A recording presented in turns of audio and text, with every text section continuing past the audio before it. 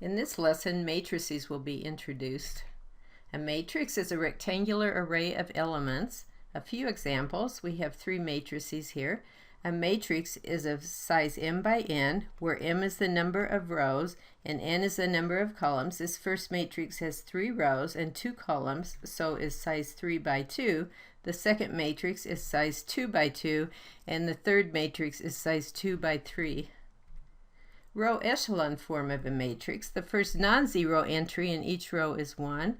The leading one of a given row must be to the right of the leading one of the row above it, and any row of zeros cannot be placed above a row with non-zero entries. So let's look at some matrices and determine which of these are in row echelon form. The first matrix is in row echelon form.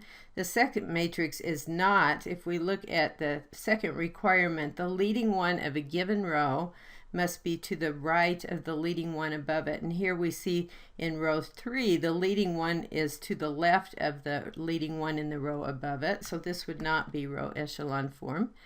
The third matrix here is not in row echelon form. If you look at the first requirement here, the first non-zero entry in each row must be 1, and here we have a 2. So this would not be row echelon form.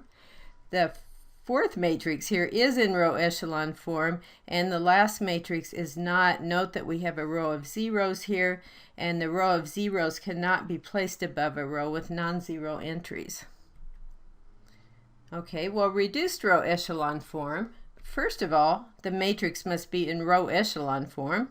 And secondly, the leading ones are the only non-zero entry in their respective columns. So let's look at these same matrices. We already determined that the second, third, and last matrix are not in row echelon form, so they would not be in reduced row echelon form. The first matrix here is not in reduced row echelon form. If you look at the second requirement here, the leading ones are the only non-zero entry in their respective columns, and in column 2 here we have a 6 in that column as well as the 1.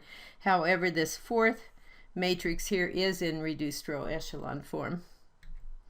Let's write a system of linear equations as an augmented matrix. An example of a system of linear equations: 2x minus 2y plus z equals 4, x minus 3y plus 2z equals 1, and x plus y equals 3. So to write this system of equations as an augmented matrix, each equation is represented by a row in the matrix.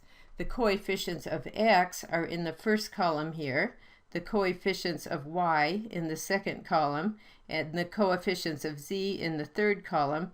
This vertical line here is representing the equal sign, and our constants to the right of the equal sign are in the last column. Try on your own. Find an example of a 2 by 3 matrix that is in row echelon form but not in reduced row echelon form.